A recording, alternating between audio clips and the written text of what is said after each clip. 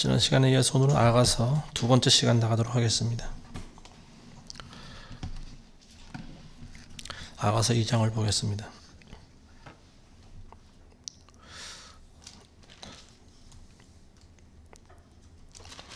지난 시간에 나눴던 1장이 이제 그 사랑의 시작이라고 하면은 2장은 사랑이 무르익어가는 그런 장이라고 볼 수가 있겠습니다. 우리 한 절씩 한번 읽어보겠습니다. 1절과 2절 한번 보겠습니다. 나는 샤론의 장미요 골짜기들의 백합화로다. 가시나무 가운데 백합화처럼 나의 사랑도 딸들 가운데 그러하도다. 샤론의 장미라고 하는 말은 많이 나오는 말이죠. 샤론의 장미라고 하면은 무궁화꽃을 이야기하는데요. 근데 개역 성경에는 이제 샤론의 수선화라 뭐 이렇게 표기도 하고 있어요. 또 어떤 책에는 또 백합화라고도 나와 있고요. 뭐 비슷한 꽃인 것 같습니다. 근데 정확한 뭐 어떤 꽃을 지칭하는 것이 아니고 여기서 말하고 있는 것은 골짜기에 펴 있는, 그러니까 들꽃을 이야기하고 있는 거죠. 그래서 이제 이걸 본인 이 술라미 여인은 자기의 사랑이 그렇다라고 이제 표현을 하고 있는 건데요. 2절에 보시면은 가시나무 가운데 백합화처럼 나의 사랑도 딸들 가운데 그러하다. 이 샤론의 장미라고 하는 뭐 무궁화꽃이든 이게 뭐 백합화든 수선화꽃이든 간에 어쨌든 들꽃이라고 하는 의미는 이제 수수하다라고 하는 걸 표현하는 거죠. 지난 시간에는 이제 자신의 외양을 계달의 장막과 같다, 이렇게 피부빛을 검다라고 하는 것을 이제 비유했는데, 이제 이 샤론의 장미라고 하는 것도 이제 그와 같은 맥락이라도 볼 수가 있겠죠. 누군가와 자기를 비교하고 있는 거죠. 그리고 그 누군가라고 하는 것이 솔로몬 주위에 있는 왕궁에 살고 있는 이제 궁녀들이다, 이제 이렇게 볼 수가 있겠죠. 솔로몬 주변에는 여인들이 많이 있지 않습니까? 이제 그 여인들과 비교했을 때 자신은 보잘것없고 수수한 모습을 가지고 있다, 이런 말이죠. 그렇지만 가시나무 가운데 백합화, 솔로몬 주변에 있는 많은 여인들이 가시나무와 같다라고 하는 거죠. 좀 뼈가 들어있는 말이죠. 그러니까 솔로몬을 사실은 찔러대는 여인들이라고 하는 거죠. 근데 백합화라고 하는 것은 향기를 은은히 뿜어내면서 솔로몬을 진정으로 사랑하는, 그러니까 이 내 사랑은 솔로몬 주변에 있는 다른 여인들과는 비교할 수 없는 것이다. 외양은 수수하고 보잘것없지만 내 마음은, 그러니까 내 사랑은 그녀들과는 비교할 수 없을 정도로 고귀한 사랑이다, 뭐 이런 말입니다. 그 다음 보겠습니다. 3절과 4절. 숲의 나무들 가운데 사과나무처럼 나의 사랑하는 이도 아들들 가운데 그러하도다. 내가 큰 기쁨으로 그의 그늘 아래 앉았으니 그의 과일은 내 입에 달콤하였도다. 그가 나를 잔치집으로 안내하였으니 내 위에 나부끼는 그의 깃발은 사랑이었도다. 자, 여기서 이제 이 술라미 여인이 나의 사랑하는 이 솔로몬을 이제 가리켜서 하는 말이죠. 솔로몬이 마치 숲의 나무들 가운데 사과나무와도 같다라고 하는 거죠. 숲의 나무들, 여기서 말하고 있는 나무들은 다른 어떤 우리가 먹을 만한 그런 열매가 달리지 않는 나무들을 이야기하고 있는 거고요. 그리고 그런 나무들 가운데서 사과나무라고 하는 것은 독보적인 존재라는 것을 이야기하고 있는 거죠. 지금도 그렇지만 사과라고 하는 열매가 우리 인간을 얼마나 이롭게 합니까? 맛도 좋고 향도 좋고 또 건강에도 좋잖아요. 이 솔로몬이라고 하는 존재가 바로 이 사과나무와 같은 존재다라고 하는 거죠. 그래서 이 술라미 여인은요, 큰 기쁨으로 그의 그늘 아래 앉았다. 그러니까 그의 여인이 되었다라고 하는 말입니다. 이 솔로몬 왕의 여인이 되었는데 나는 그걸 크게 기쁨으로 생각하고 있다라고 하는 거죠. 그의 여인이 되었다, 이거 다른 식으로 해석하면 이제 왕의 은총 아래 들어가게 되었다, 이런 말이죠. 그 여인이 먹는 그 사과, 과일이 내 입에 달콤하였도다. 왕이 주는 그 은총이 참 달게 느껴졌다라고 하는 말입니다.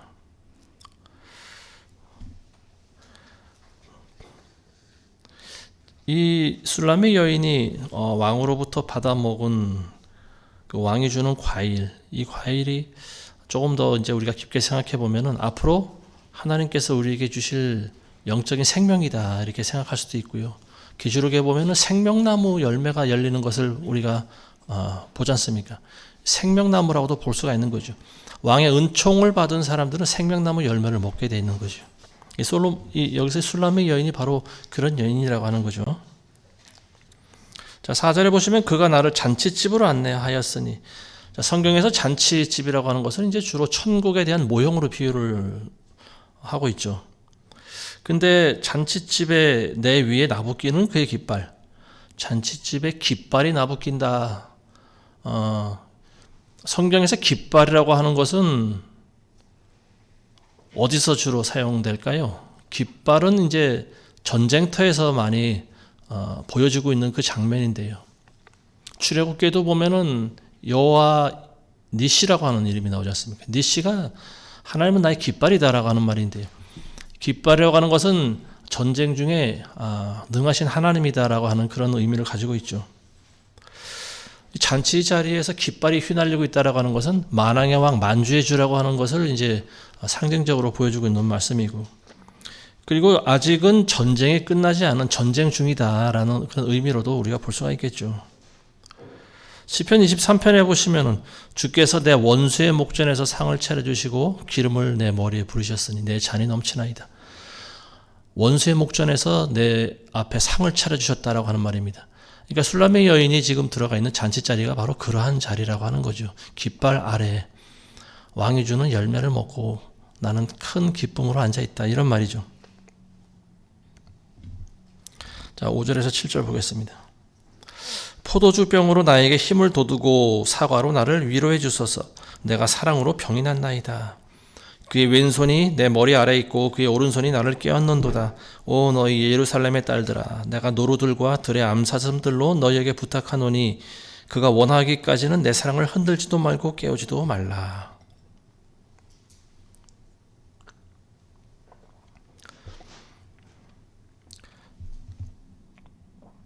자, 5절에 보면 포도주로 힘을 돋고 사과로 나를 위로해 주소서, 이런 말을 하고 있습니다.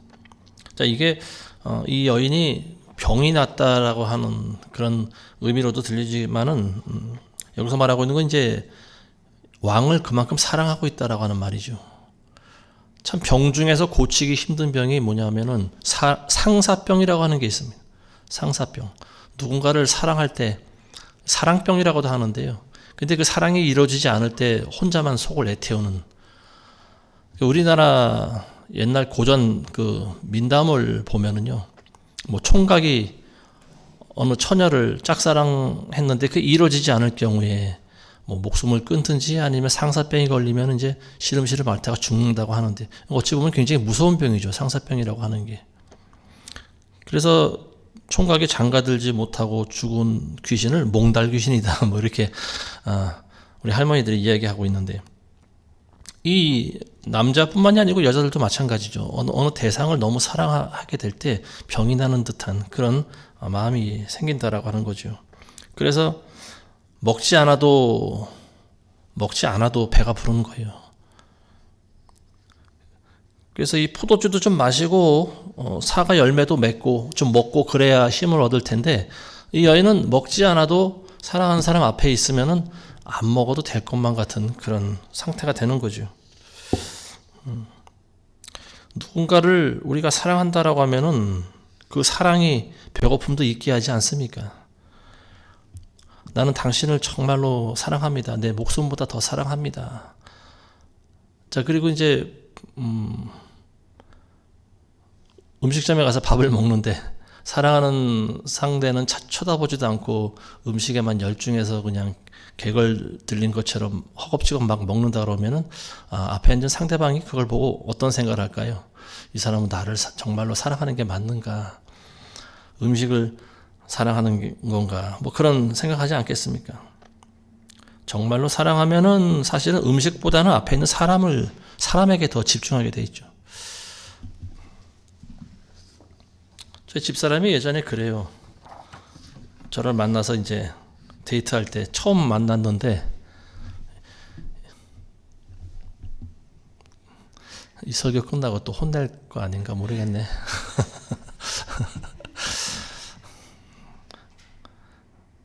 연애아들 처음 만났는데 밥을 먹는데 밥이 코로 들어가는지 입으로 들어가는지 몰랐다는 그런 고백을 합니다. 이제 그만큼 저한테 많은 신경을 썼다라고 하는 이야기겠죠. 근데 뭐 저도 사실 마찬가지였어요. 음식을 먹어도 음식보다는 앞에 있는 상대에게 집중하게 마련이죠. 그러다 보니까 음식을 먹어도 사실은 그게 맛을 잘 못 느끼게 되어 있습니다.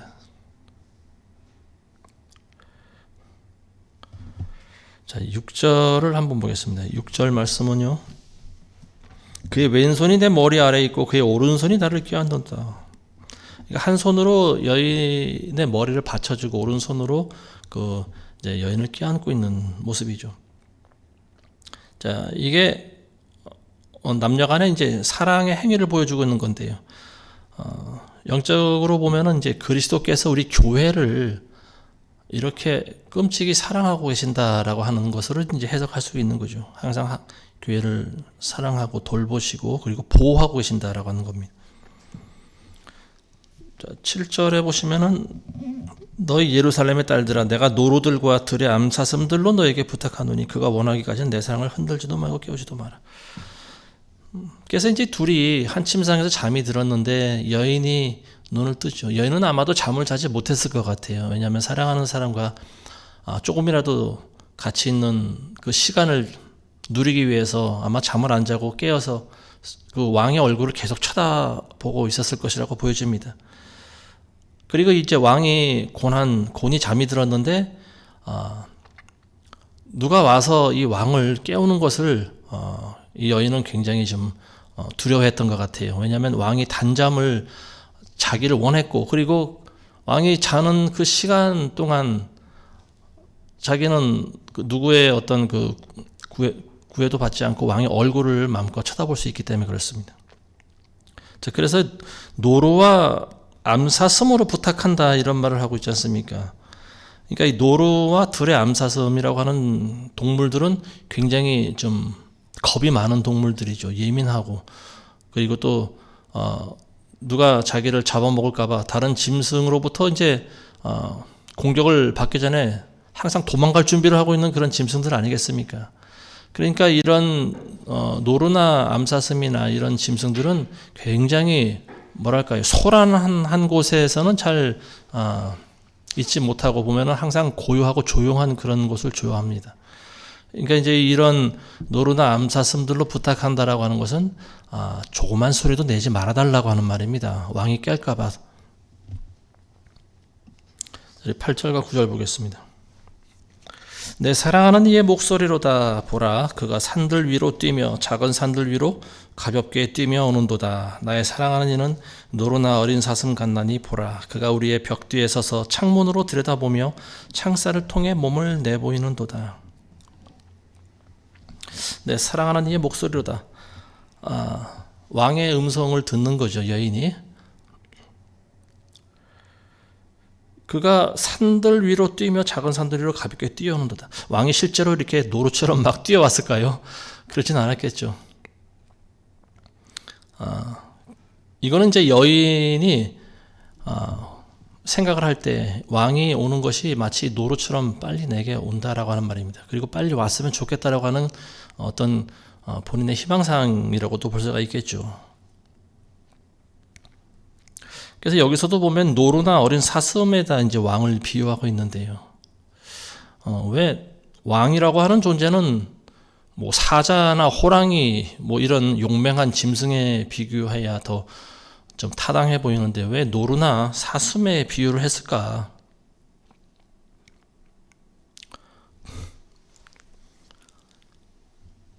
일단은 그런 사나운 짐승들은 성경에서 어떤 그 뭡니까? 사랑을 나누는 그 대상으로 비교하기는 좀 옳지 않은 것 같아요. 지금 이 아가사라고 하는 이 책 자체가 솔로몬 왕과 이 여인과의 사랑을 그리고 있는 내용 아니겠습니까? 그러니까 여기서는 이제 이 호랑이 같이 사자 같이 용맹한 어떤 그런 왕의 속성보다는 노루나 사슴과 같이 좀 부드러운 그런 이미지로 다가오고 있는 것 같아요. 이게 이제 바로 시만이 누릴 수 있는 그런 자유죠. 솔로몬 왕이 노루나 사슴처럼 다가온다. 이게 굉장히 섬세하고 부드러운 사람이라고 하는 말입니다. 이 사람이 절대 권력을 가진 왕이지만 한 여인 앞에서는 굉장히 부드럽고 또 예민하고 세심한 그런 부분을 가지고 있었다라고 하는 거죠. 자, 그리고 그 9절에 보시면은 하반절에 그가 우리의 벽 뒤에 서서 창문으로 들여다보며 창살을 통해 몸을 내보이는도다. 자, 이게 무슨 말일까요? 노루나 사슴처럼 조심스럽다라고 하는 거죠. 이 왕이 여인의 침소에 들어올 때 그냥 뭐 허겁지겁 문 열고 벌컥 들어오지 않는다라고 하는 거예요. 먼저 안을 살핀다라고 하는 거죠. 그리고 몸가짐이 굉장히 조심스럽다라고 하는 것을 알 수가 있는데, 그 몸가짐이 이제 노루나 사슴과도 같이 굉장히 조용하다라고 하는 말입니다. 여인의 입장에서 볼 때는 노루처럼 빨리 다가와서 만나고 싶죠. 근데 이 노루라고 하는 짐승이 의심이 많잖아요. 그러니까 섣불리 행동을 하지 않는 그런 걸 이제 이야기하고 있는 거죠. 자, 내 사랑하는 이의 목소리로다. 이 이후에 있는 절, 이게 이제 뭐 노래로도 불리고 있지 않습니까? 찬양으로도 이걸 지어서 부르고 있는데요. 이 구절을 이야기할 때 우리는 예수 그리스도의 재림에 대해서 우리가 한번 짚고 넘어가야 됩니다. 우리의 신랑이신 예수 그리스도가 신부를 찾으러 오신다라고 하는 그 대목이죠. 근데 이 사건을, 이 아가서에 있는 이 구절을 놓고 본다면은요, 예수님의 음성이 들리고 그분이 발걸음 소리가 들려오는데, 근데 그분이 매우 조심스럽게 행동을 하신다라고 하는 대목을 우리가 한번 집중해서 생각을 해봐야 됩니다. 왜 예수님께서 이렇게 행동하실까?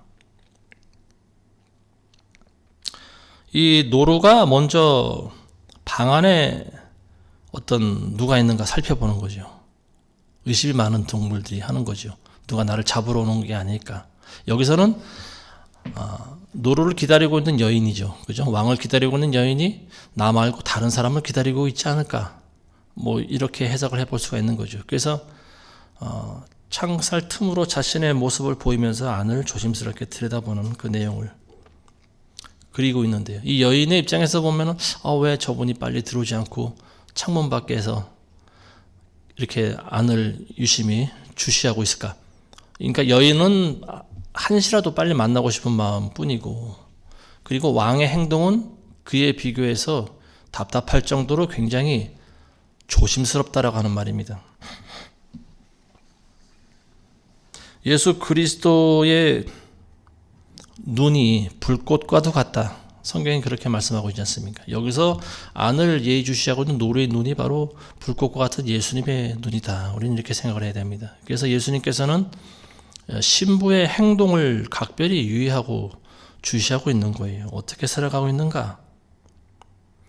예수님께서는 우리의 모든 것을 다 보고 있지 않습니까? 히브리서에서 나와 있듯이 우리의 심정과 관절과 골수와 우리의 마음의 중심까지 지금 다 예수님께서는 뚫어보고 계시는 거죠.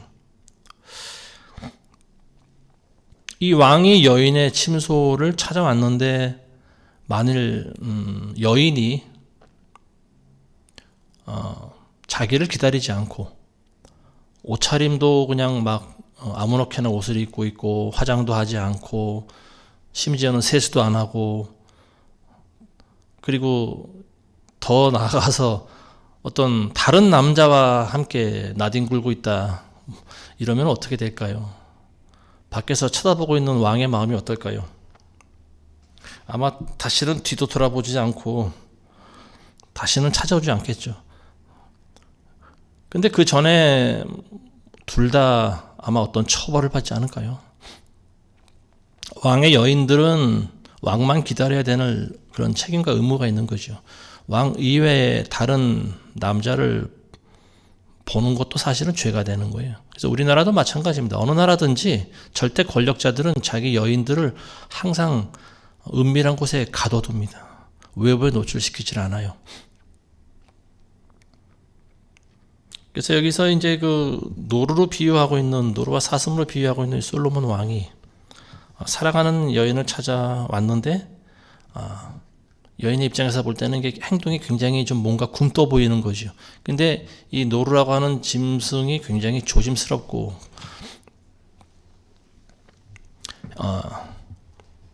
좀 세심한 그런 부분이 있는 짐승으로 비유를 했습니다. 그래서 이 왕이 신부의 처소에 들기 전에 신부의 상태를 지금 살펴보고 있는 겁니다. 신랑을 기다리고 있는 신부의 얘기를 할 때 제가 항상 드리는 예화가 있죠. 유리시즈입니다. 유리시즈. 많이 들으신 분들은 지겨울지 모르겠지만 제가 다시 또 한번 말씀을 드리려고 해요. 이 영화를 이제 제가 처음 보게 된 게 초등학교 5학년 때 처음 봤는데요. 그 이후로도 몇 번 더 봤어요. 아마 대여섯 번 이상 봤을 겁니다. 이제 그 고대 그리스의 이제 시인이었던 호모라고 하는 사람이 쓴 일리아드라고 하는 책에 기록된 그 내용인데요. 거기 보면 이제 그리스가 이제 여러 나라로 나눠져 있을 때인데, 그 중에 한 작은 나라가 이제 그 이타카라고 하는 조그만 섬나라가 있는데, 이타카의 왕이었던 사람이 바로 유리시스라고 하는 사람이 있습니다. 근데 유리시스가 트로이 전쟁에 참여를 합니다. 그래서 그리스 연합 함대를 이끌고 이제 트로이 전쟁에 가서 트로이를 함락시키고 돌아오는데, 근데 트로이를 함락시켰을 때 이 유리시스가 한 가지 잘못된 행동을 한 게 있어요. 이게 뭐냐면은 아폴론 신전에 들어가서 아폴론 그 우상을 깨트려 버린 거예요. 그래서 그 아폴론 신의 저주를 받습니다. 그래서 이 트로이를 함락하고 이제 고향으로 돌아와야 되는데 배에서 10년이 넘는 세월을 헤매고 다닙니다. 그러니까 이 배가 가는 곳 계속 풍랑을 맞이하고요. 그리고 또 섬에서 내리면은 또 거기 또 외눈박이 괴물이 나와서 사람들을 잡아먹기도 하고, 또 많은 유혹을 당하고 많은 위험을 당하고, 결국은 부하들을 다 잃어버리고 본인 혼자만 자기 고향으로 돌아오게 되는 거죠. 20년가량 되는 세월을 바다에서 이제 그 시간을 보내다가 자기 집에 돌아왔는데, 근데 이 유리시스가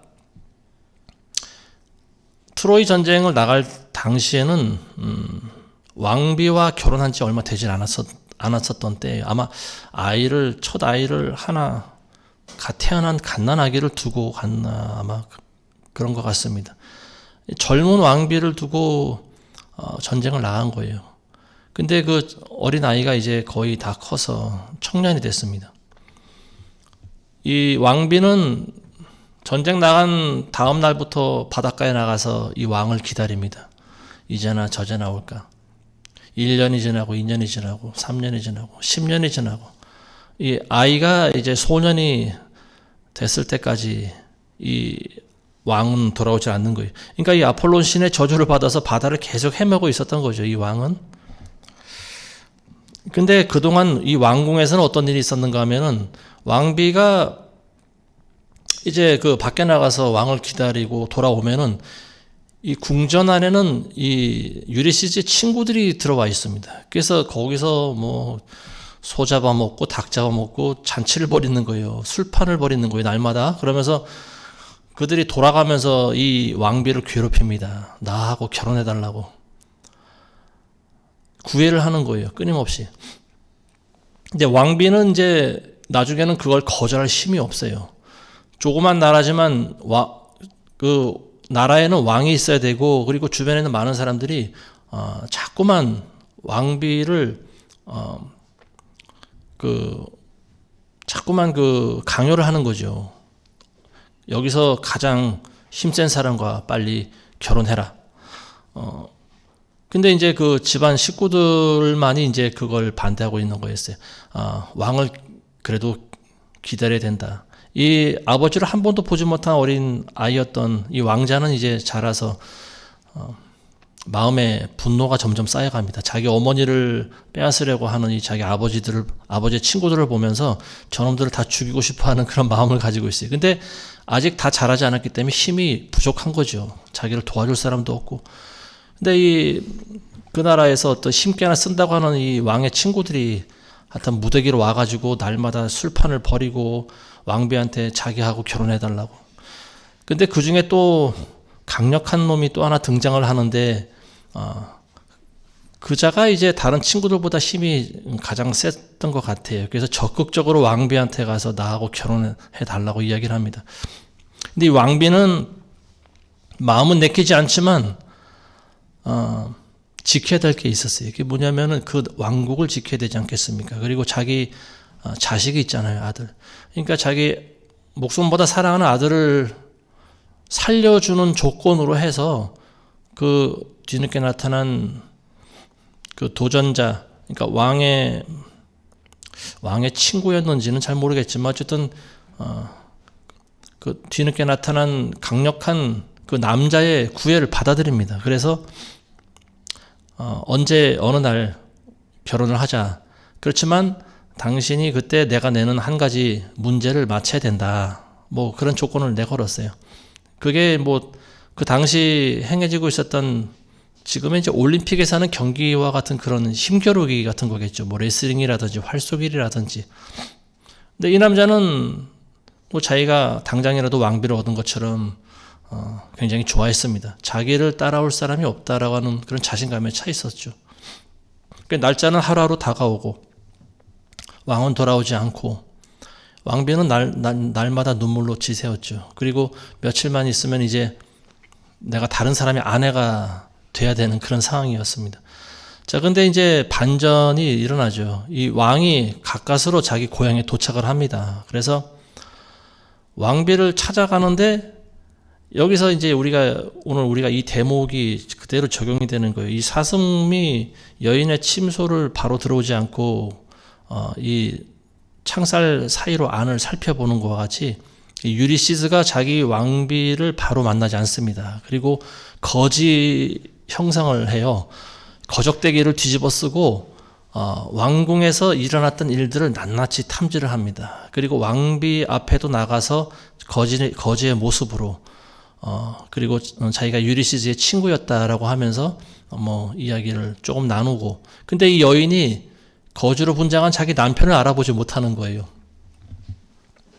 자, 그래서 이 거지가 여인에게 한 가지 계교를 줍니다. 그러면서 내일 당신들을 구애하려고 하는 사람들이 모여있을 때 당신이 한 가지 문제를 내라. 그건 뭐냐면 당신 남편이 가지고 있던 그 활을 당겨서 활줄을 매고 그리고 화살을 쏴서 12개의 그 도끼자루에 있는 구멍을 관통해서 벽에다가 꽂힌다면 그자야말로 당신의 남편이 될 자격이 있는 것이다. 근데 그 시험이라고 하는 것은 이제 유리시스가 처음에 이 왕비를 얻을 때 냈던 문제입니다. 그래서 이제 그 문제를 이 유리시스가 해결했던 거죠. 왜냐하면 뭐 드라마에서 나오는 그 여신의 도움을 받았던 것 같습니다. 그러니까 사람의 힘으로 할 수 없는 일을 이 유리시스가 해낸 거죠. 그 활이라고 하는 것이 보통 사람이 당길 수 있는 그런 부드러운 활이 아니에요. 그래서 이제 이 왕비는 하룻밤 자고 그 다음날 이제 드디어 날이 밝는데 이제 날이 밝으니까 이 구원자들이 또 다시 몰려 들어오죠. 그리고 뒤늦게 등장했던 그 키 크고 가장 힘센 그 사나이도 등장을 하고, 자, 그때 이제 왕비가 나타나서 신부 복장으로 갈아입고 나타나서 그들에게 내린 문제가 그거예요. 당신들이 서로 힘겨루기를 해서 1등한 사람에게 내가 왕비가 되겠다라고 하는 것이 아니고 유리시스가 과거에 통과했던 그 문제를 그대로 냅니다. 그러면서 남편의 활을 가지고 와서 이 활을 당겨서 활줄을 걸고 그리고 화살을 쏴서 12개의 그 도끼자루 구멍을 통과해서 벽에다 꽂는 사람이 내 남편이 될 것이다. 그랬더니 이제 막 술렁술렁거리면서 뭐 우리를 속였다든지 뭐 이런 말을 합니다. 근데 어쨌거나 왕비가 낸 그 문제를 해결하기 위해서 하나씩 활줄을 걸어보는데 어림도 없어요. 그 당기지를 못합니다. 너무나 그 활이 강하기 때문에. 근데 나중에 등장한 사람이 활을 어느 정도 휘었어요. 활줄을 걸 때쯤 되다가 결국은 포기합니다. 더 이상 굽혀지질 않는 거예요. 그러니까 막 활을 집어던지면서 화를 내는 거죠. 자, 그때 이제 등장한 게 유리시스가 등장합니다. 거적대기를 쓰고 거지의 모습으로 나타납니다. 그러면서 자기도 한번 활주를 걸어보겠다고 그러는 거죠. 사람들이 다 비웃었어요. 거지가 무슨 왕비를 탐내냐. 그러면서 너는 우리도 못하는 걸 네가 어떻게 저 활을 걸 수 있겠느냐. 근데 이제 거지가 어쨌든 왕비는 그 거지에게도 한번 기회를 주기로 한 거예요. 그래서 한번 해보라고 그랬습니다.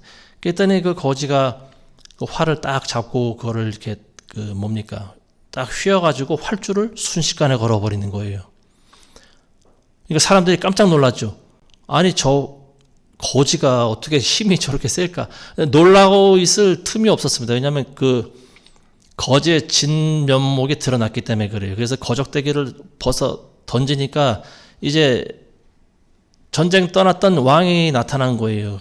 그러니까 사람들이 막 여기저기서 비명을 지르고 아우성을 지르고 난리가 났습니다. 자, 이때 왕이 한 일이 뭐냐? 집안에 있는 모든 문을 전부 걸어 닫으라고 합니다. 그래서 신하들이 못 나가게 문을 걸어 잠그는데요. 그때부터 이제 왕의 그 보복이 시작되는 거죠. 이 강력한 활시위에 그 매달렸다가 날아간 화살은요, 여지없이 사람들을 하나씩 심장을 관통을 해버리는데요. 그러니까 자기 왕비를 탐냈던 그 자기 친구들을 전부 다 죽여버립니다. 그리고 하여튼 칼과 창과 활과 거기 있는 모든 무기를 동원해서 그 커다란 그 내전 그 안이 잔치자리가 완전히 죽음의 바다가 돼버렸어요. 곳곳에 전부 피칠이 되어 있고요. 굉장히 끔찍한 살육 장면이 연출이 되는데요. 한 명도 살아남지를 못했습니다. 왕비를 탐냈던 자들은 한 명도 살아남지 못했어요. 심지어는 이 권사들한테 붙어서 그 집에 있던 하인들조차도 다 죽임을 당했습니다. 왕이 이제 유리시스가 왕이 되는 것을 이제 반대했던 사람들이죠. 근데 이 사람들조차 다 죽임을 당했습니다. 자, 그리고 이제 드디어 왕비에게 다가가서 이제 해로하는 그 내용으로 이제 영화가 끝납니다. 이 거지로 분장했던 왕이 왕비를 만났을 때 왕비도 알아보지를 못하는 거예요. 왜냐하면 거지로 분장을 했기 때문에 그랬죠. 그러다가 나서는데 집문을 나서는데 거기서 개가 알아봅니다. 자기가 예전에 젊었을 때 키우던 개였는데 죽을 때가 다 됐어요. 근데 이 개가 주인의 냄새를 맡고 끙끙대면서 알아보는 거예요. 그래서 개의 머리를 쓰다듬고 있는데 갓난아기였던 자기 아들이 자기를 알아봅니다. 그러면서 혹시 아버지 아니냐. 그래서 둘이 부자 상봉을 하는데요. 이 아들은 어머니한테 아버지가 왔다고 알리고 싶어 하는데 아버지가 그걸 말립니다. 그러지 말라고. 내일까지 참으라고 합니다. 그러면서 하는 말이 있어요. 그게 뭐냐면은 내일이 되면은 왕비의 마음을 내가 알 수 있을 것이다. 그런 이야기를 합니다. 그러니까 이 남편은 왕비의 마음을 정확히 알지 못하는 거죠. 왕비가 어떤 마음을 가지고 있는지. 내일 구원자들이 구름대같이 몰려들 텐데 왕비가 그 중에 하나와 어떤 남자와 결혼을 할지, 그리고 그 중에 하나를 누가 점찍어 놓고 있는 것인지 아닌지 잘 모르는 거예요. 그 중심을. 그래서 하루를 기다리라고 합니다. 아들에게 내가 왔다라고 하는 것을 알리지 말라고 하는 거죠. 자, 이 영화를 우리가 보면서 드는 생각이 예수님도 그러하실 것이다 라고 하는 생각이 저는 들어옵니다. 물론 예수님은 이 왕과 같이 참 잔인한 성품을 가진 사람은 아니죠. 근데 우리가 그 계시록을 보면은요, 때때로 그 대형 교단에 속한 사람들이 믿기 힘들어하는 대목이 나와 있죠. 그게 뭐냐면 예수님이 재림하실 때 입고 오신 그 세마포 옷에 피칠이 되어 있는 거 아니겠습니까? 피가 칠해져 있는 옷을 입고 있다라고 하는 거예요. 자비로우신 분이 왜 옷에 피를 칠했을까? 그 피가 누구의 피일까요? 예수님을 대적하던 사람들의 피입니다. 그리고 예수님이 왕으로 오는 것을 좋아하지 않는 사람들, 예수님을 반대했던 사람들의 피예요. 원수들의 피죠. 그래서 저는 유리시스라고 하는 영화가 예수님의 재림과 굉장히 흡사한 그런 영적인 의미를 가지고 있는 영화다. 저는 그렇게 생각을 합니다. 예수님 같이 자비로우신 분이 손에 피를 묻혀가면서까지 복수를 하시다니 우리는 상상이 되질 않죠. 근데 이게 성경적입니다. 이게 바로 성경의 기록이에요. 우리는 하나님에 대해서 잘 모르고 있을 때가 많아요. 이 하나님의 자비와 사랑이라고 하는 것은 때가 있는 겁니다.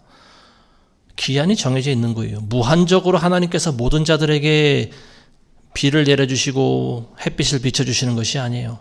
때가 되면 하나님께서는 그런 것들을 다 걷어가십니다. 심판의 때가 온다라고 하는 거예요. 끝까지 회개하지 않는 자들에게는 무시무시한 심판이 따릅니다.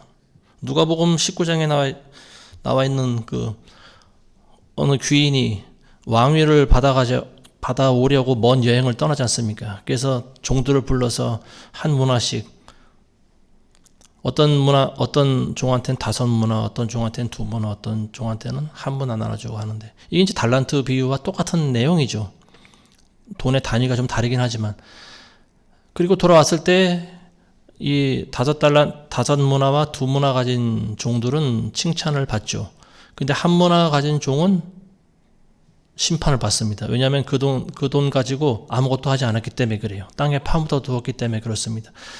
자, 그리고 그 다음 하신 말씀이 무시무시한 말씀입니다. 내가 왕이 되는 것을 좋아하지 않는, 원하지 않는 자들을 다 끌고 나와서 내 앞에서 죽여라 그럽니다. 그래서 그들의 피가 옷에 묻는 거예요.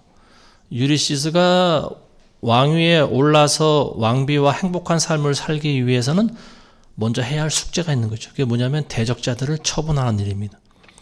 그래서 이 자기가 없는 동안에 왕의 자리를 노리고 왕비를 탐냈던 자기 부하들이자 친구였던 자들을 굉장히 나중에 처참하게 죽입니다. 화살로 전부 다 쏘아 죽이고 칼로 찔러 죽이고. 그러니까 왕의 옷에 머리부터 발끝까지 피가 다 튄 거죠. 그래서 왕비를 만나러 갈 때는 또 물로 손을 깨끗이 씻고 왕비를 만나서 같이 포옹하는 장면으로 끝납니다. 예수님의 재림 때도 이와 같은 일이 있을 것이라고 보여집니다.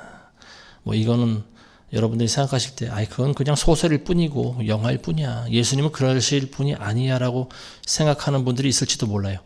근데 성경에 기록되어 있는 내용은 그렇지가 않습니다. 분명히 아까도 말씀드렸지만 하나님의 사랑은요 기한과 때가 있습니다. 그리고 그 이후에는 심판이 있는 거예요. 모든 인류에게 적용될 예수님의 재림도 그러하지만 각자에게 주어진 때도 마찬가지 아니겠습니까? 우리 개인적인 종말, 죽음이죠. 죽음을 맞이할 때까지 하나님께서는 우리에게 무한대로 인내하시고 용서하시고 우리를 지켜보고 계시는 거죠. 근데 우리가 죽을 때까지 회개하지 않으면 어떻게 됩니까? 심판을 받게 되어 있는 거예요. 심판 이후에는 하나님의 은혜가 없는 거예요. 더 이상. 그래서 우리가 항상 하나님이 우리에게 기회를 주실 때 회개할 줄 알아야 됩니다. 요한계시록 3장 20절에 보면 라오디게아 교회에 대해서 말씀하고 있지 않습니까? 그래서 예수님이 이 교회 문 밖에 서서 문을 계속 두드리고 있는 거예요. 그래서 누구든지 내 음성을 듣고 문을 열면 내가 들어가서 그와 더불어 먹고 마신다고 했는데 지금 문을 열지 않고 있는 상황이라고 하는 거죠. 예수님께서 지금 많은 교회들의 상태를 다 보고 계십니다. 교회 문틈으로 이 노루처럼 가까이 다가가서 안에서 무슨 일이 일어나고 있는지 예수님 다 보고 계십니다. 지금 오늘날 교회 모습이 바로 입으로는 신랑을 기다린다고 하면서 행동으로 하지 않고 있는 교회 모습과 똑같다라고 하는 거죠. 많은 교회들이 과거에는 그랬어요. 우리는 주님의 재림을 기다리고 있습니다. 근데 조금 시간이 지나니까 아무리 오래 기다려도 주님이 오시질 않네요. 그러면서 조금 더 시간이 지나니까 아무래도 그분이 잊었거나 아니면 죽은 것 같아요. 그래서 나는 지금 나를 위로해 줄 사람이 필요합니다. 그래서 이제 다른 남자를 불러들여서 같이 즐기고 하나 되고 연합하고 이게 이제 교회의 모습이 아니냐. 저는 그렇게 생각이 드는 거죠. WCJ에 가입되어 있는 교회들이 그런 모습 아니겠습니까? 절대 진리가 없죠. 그리고 기다리는 분이 없죠. 이게 WCC에 가입되어 있는 교회들이 보여주고 있는 공통된 모습이 몇 가지가 있는데, 이게 이제 구원이라고 하는 절대 진리가 없는 거죠. 예수 그리스도를 통해서만이 구원받는다라고 하는 것을 강조하면서도 행동으로는 부인하고 있는 거죠. 다른 불교에도 구원이 있고 다른 종교에도 다 구원이 있다라고 하는 거죠. 그런가 하면은 또 이런 WC에 가입되어 있는 통합이라든지 뭐 이런 다른 대형 교단들, 동성애에 대해서 이야기를 별로 안 하죠. 지난주에 알게 된 충격적인 사실이 있는데 참 제 입으로 말하기가 입이 더러워질까봐 이야기를 안 합니다. 그런데 목사들 중에는 동성애 목사들도 있는 것 같습니다.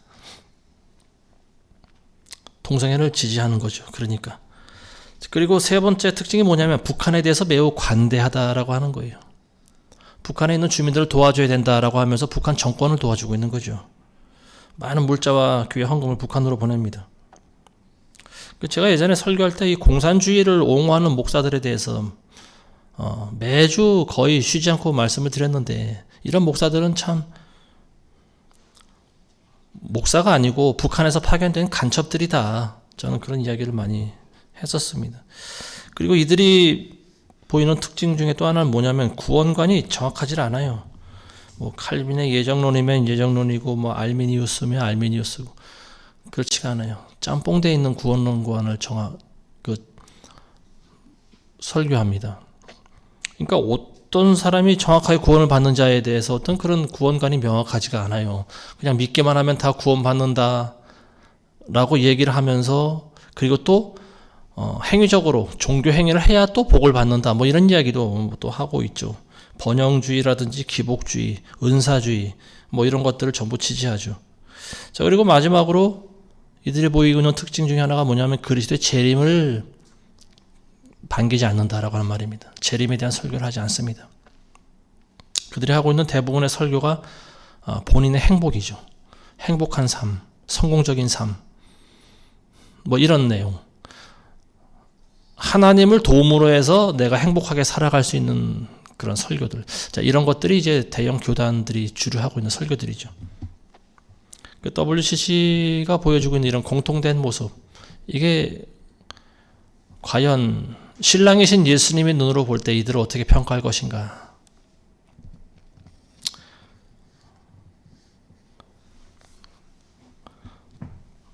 대형 교단들이 주장하고 있는 그 재림에 대해서 말을 잘 안 하고 있는 이유가 뭐냐면, 이들이 보고 있는 신학이 거의 다 상징이기 때문에 그래요. 계시록에 있는 것들이 상징적인 것이라고 해석을 하죠. 그래서 뭐 짐승의 표니 666이니 천년왕국이니, 이 사람들이 지지하고 있는 천년왕국이라고 하는 것이 지금이라고 하는 거예요. 그래서 이걸 무천년설이라고 하는데요. 교회 시대가 바로 천년왕국 시대다 이렇게 해석을 하고 있습니다. 자, 그러다 보니까 이 사람들이 예수님을 기다릴까요? 기다리지 않겠죠. 재림하실 예수님에 대해서 전하지 못하는 거예요. 지금이 바로 예수님이 교회 머리고 예수님이 날마다 우리와 함께 계시는데 무슨 예수님의 재림이 또 있겠느냐, 이런 이야기를 하고 있는 거죠. 이 배교에 동참한 교회들이 보여주고 있는 이런 참 추잡한 행동이 언제까지 계속될지 모르겠지만, 이런 사람들이 예수님 오실 때 과연 어떤 처벌을 받게 될 것인가, 그건 여러분들의 상상에 맡기겠습니다. 자, 우리 10절에서 13절 보겠습니다. 나의 사랑하는 이가 내게 일러 말하기를, 나의 사랑, 나의 어여쁜 자야, 일어나 떠나자. 보라, 겨울도 지나고 비도 그쳐 사라졌으며 땅에는 꽃들이 피고 새들이 노래하는 때가 왔도다. 산비둘기의 소리가 우리의 땅에서 들리는도다. 무화과 나무는 푸른 무화과들을 내고 포도넝쿨은 부드러운 포도로 좋은 향기를 내는도다. 나의 사랑, 나의 어여쁜 자야, 일어나 떠나자 하였도다. 자, 우리가 노래로도 이제 많이 부르는 이 대목은 예수 그리스도께서 사랑하는 신부들을 부르러 오시는 그런 내용이죠. 꽃이 피고 새가 노래하고 포도가 익어서 좋은 향기를 풍기고, 꽃이 핀다. 그러니까 꽃은 시각적이고, 그리고 또 새는 노래하고 청각이죠. 그리고 포도가 익어서 좋은 냄새를 풍기고, 이건 후각이고, 이게 참 시청각적으로 그리고 후각까지 포함해서 참 전인적인 그런 왕과 신부의 사랑을 이제 노래하고 있는 그런 부분인데요. 이 신부의 모습이라고 하는 것이 이와 같아야 된다라고 하는 거죠. 새가 노래하듯이 신부의 입에서는 늘 찬양이 흘러나와야 되고요. 그리고 또 좋은 향기를 내뿜는 과일이 돼야 되고, 그리고 그 과일은 또 모양도 좋아야 되는 거죠. 신부는 그동안 많은 연단과 괴로움 가운데 있었습니다. 그래서 이 왕을 기다리는 마음이 그만큼 더 절실했다라고 하는 건데요. 이 추운 겨울날 비를 피하고 그리고 또 추위를 피하면서 다녔죠. 신랑이 없는 삶이라고 하는 것이 어떤 것인가에 대해서 이제 보여주고 있는 그런 대목입니다. 무화과나무는 푸른 무화과를 내고 포도넝쿨은 부드러운 포도로 좋은 향기를 내는도다. 예수님께서 무화과나무를 말씀하실 때 우리는 이스라엘로 그거를 해석을 하지 않습니까? 무화과나무에 열매가 없었죠. 저주를 받아서 말라 죽었지 않습니까? 이제 이스라엘의 영적인 상태인데요. 근데 이제 무화과나무가 좋은 열매를 내기 시작했다. 이스라엘이 회복되기 시작했다라고 하는 말입니다. 그리고 포도넝쿨과 포도 열매는 교회라고도 볼 수가 있겠죠. 그리고 이 포도 열매는 좋은 향기를 내야 된다. 그리스도의 향기를 말하는 거죠. 나의 사랑 나의 어여쁜 자야 일어나 떠나자. 일어나 떠나자. 이 여인은 왕을 기다리다 지쳤습니다. 그래서 그 자리에 주저앉아 있는 거예요. 더 이상 일어설 힘이 없는 그런 상황입니다. 그때 이제 왕이 도착하는 거죠. 그래서 왕이 신부의 손을 잡고 일으켜 세웁니다. 이제 일어나 떠나자. 나의 어여쁜 자야. 14절에서 15절 보겠습니다. 바위 틈과 가파른 산 은밀한 곳에 있는 나의 비둘기야, 나로 내 용모를 보게 하고 나로 내 음성을 듣게 하라. 내 음성은 달콤하고 내 용모는 아름다움이라. 우리를 위하여 여우들, 포도넝쿨을 망치는 작은 여우들을 잡아라. 우리의 포도넝쿨에는 부드러운 포도가 있음이라. 이 대목은 이제 신랑이 와서 신부에게 하는 말이죠. 오 나의 비둘기야. 신부에게 이제 나의 비둘기라고 얘기합니다. 지난 시간에 비둘기의 눈에 대해서 제가 말씀드렸죠. 순수하고 순결한 그런 눈. 이 신부로 비유된 산비둘기는 실제로 가파른 산 그리고 은밀한 곳에 둥지를 틀고 삽니다. 다른 사나운 그런 새들과 달리 물론 독수리도 절벽 끝에 높은 곳에 둥지를 틀지만 특히 산비둘기는 연약한 비둘기 아닙니까? 그러니까 다른 산짐승들에게 발각되지 않을 정도로 굉장히 은밀한 곳에 그리고 가파른 곳에 둥지를 틀고 삽니다. 이 대목은 이제 왕을 기다리는 여인이 어떻게 살아가야 되는지를 보여주고 있는 건데요. 그러니까 이 세상에 대해서 그렇게 살아가야 된다라고 하는 거죠. 왕을 기다리는 신부는 다른 남자를 쳐다봐서는 안 된다라고 하는 말입니다.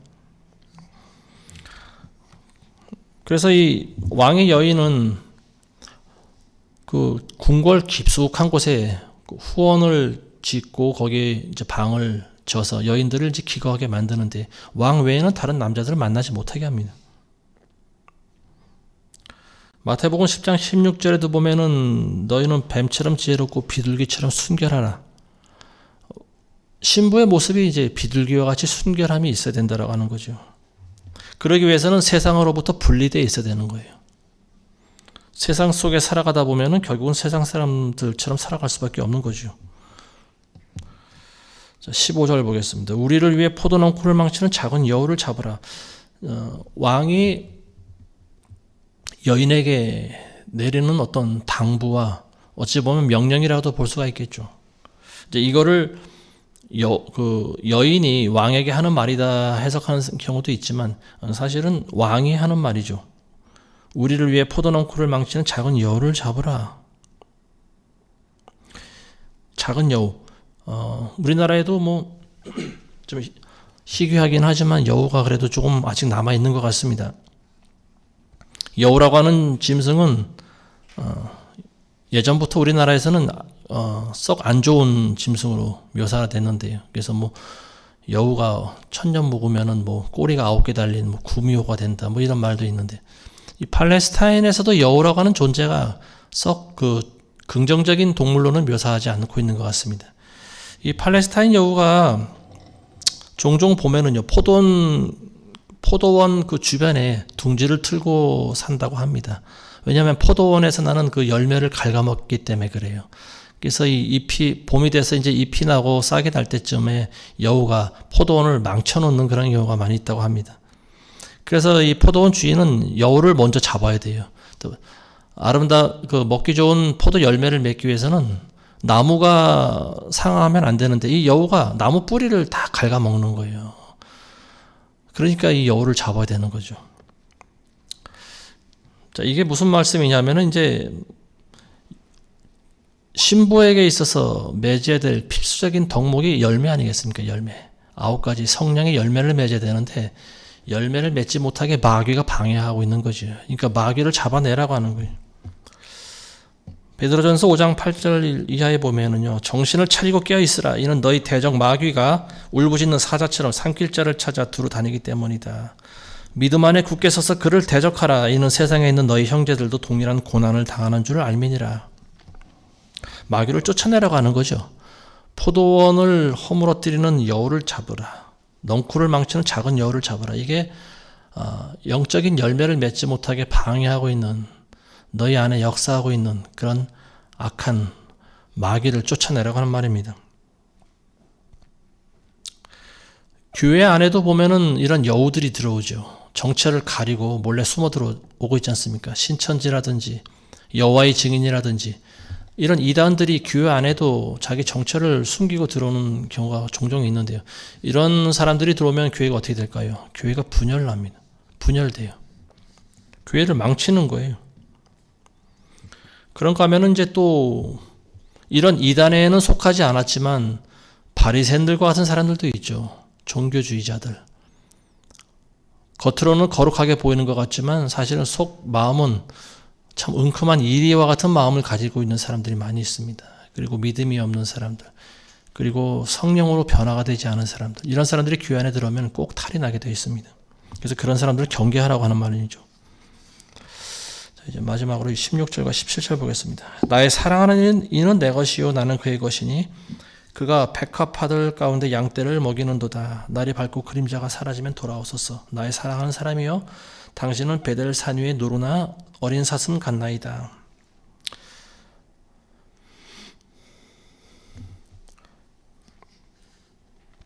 나의 사랑하는 이는 내 것이요 나는 그의 것이니, 나는 그의 것이고 그는 내 것이다. 나는 그의 것이고 그는 내 것이다.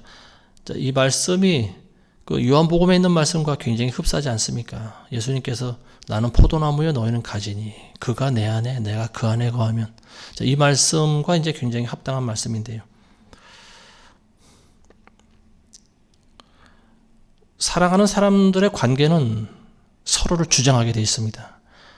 아내는 남편을 주장할 수 있고요. 남편은 아내를 주장할 수가 있습니다.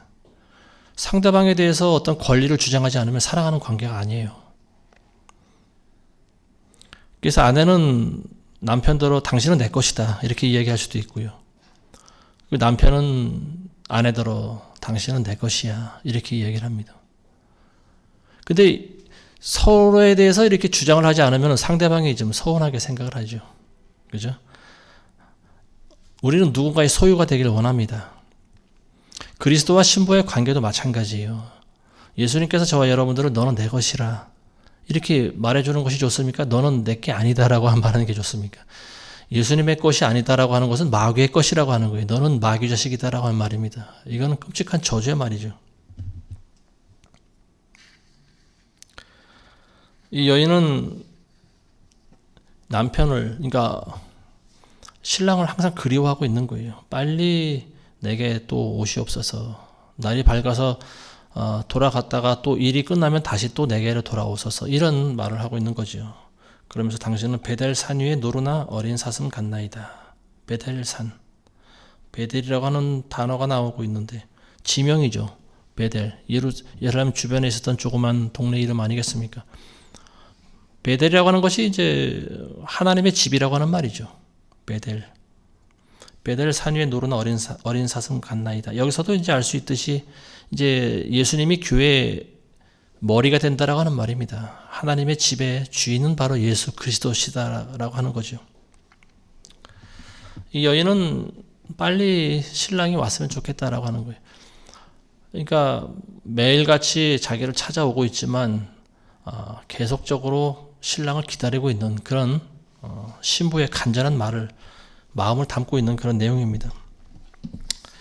자, 오늘 이 장을 이제 다시 한번 정리하자면은 이 술람미 여인과 같이 솔로몬 왕과 사랑에 빠진 사람들은요, 사랑의 대상을 간절히 찾게 돼 있어요.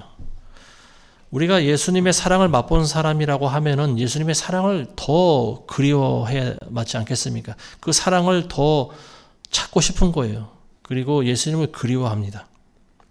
멀리서 한 번이라도 주님의 그림자라도 본 사람은요, 예수님을 만나기 희망하는 거예요. 근데 오늘날 교회가 예수님의 재림을 기다리지 않고 예수님을 소망하지 않는다라고 하는 것은 그건 가짜 교회다. 저는 그렇게 보고 싶습니다. 신랑을 기다리는 곳이 곧 신부 아니겠습니까? 여러분들은 신랑이 우리에게 주신 그 당부의 말씀, 포도원의 여우를 잡는 겁니다. 그리고 고난 가운데 인내하고 기다리고 끝까지 주님만을 기다리시는 그런 신부가 되시기를 주님의 이름으로 축원합니다. 자, 기도하겠습니다. 거룩하신 아버지 하나님 감사합니다. 예수님 우리의 신랑이 되십니다. 신랑이신 예수님의 재림을 우리는 날마다 애타게 기다리고 있습니다. 그리고 신랑이신 예수님 오실 때 노루와 같이 오셔서 사랑하는 신부를 데리고 먼저 취해 가시는 사건을 우리가 또한 기다립니다.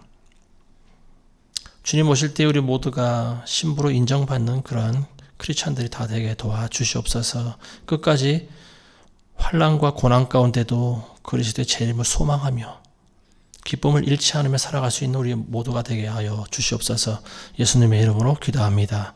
아멘.